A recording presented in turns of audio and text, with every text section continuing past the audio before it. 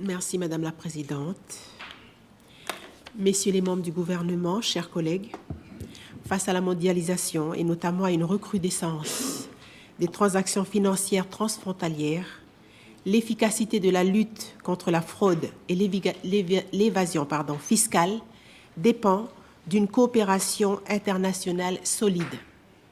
Le groupe uni note que pour apporter de la cohérence entre les standards fiscaux internationaux et les règles fiscales appliquées par l'administration fiscale en Nouvelle-Calédonie, ce projet de texte propose que le territoire se mette en adéquation avec les exigences du Forum mondial de l'OCDE en matière de transparence fiscale.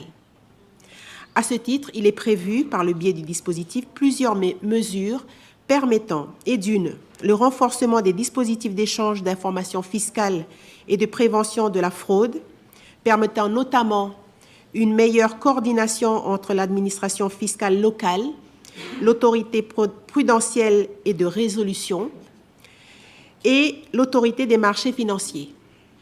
Et de deux, la modernisation du dispositif de contrôle fiscal afin d'adapter les procédures aux évolutions des comptabilités des entreprises et des montages fiscaux, notamment en matière d'activités occultes.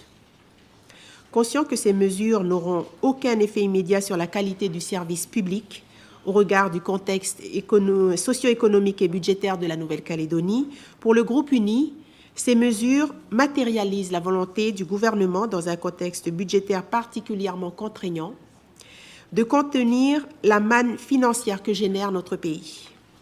En ce qui concerne les dispositions relatives à l'entrée en vigueur de ces différentes mesures, la conformité aux standards internationaux d'ici septembre 2025 résulte également de la volonté de la Nouvelle-Calédonie de continuer à respecter les critères d'éligibilité au financement par des fonds européens.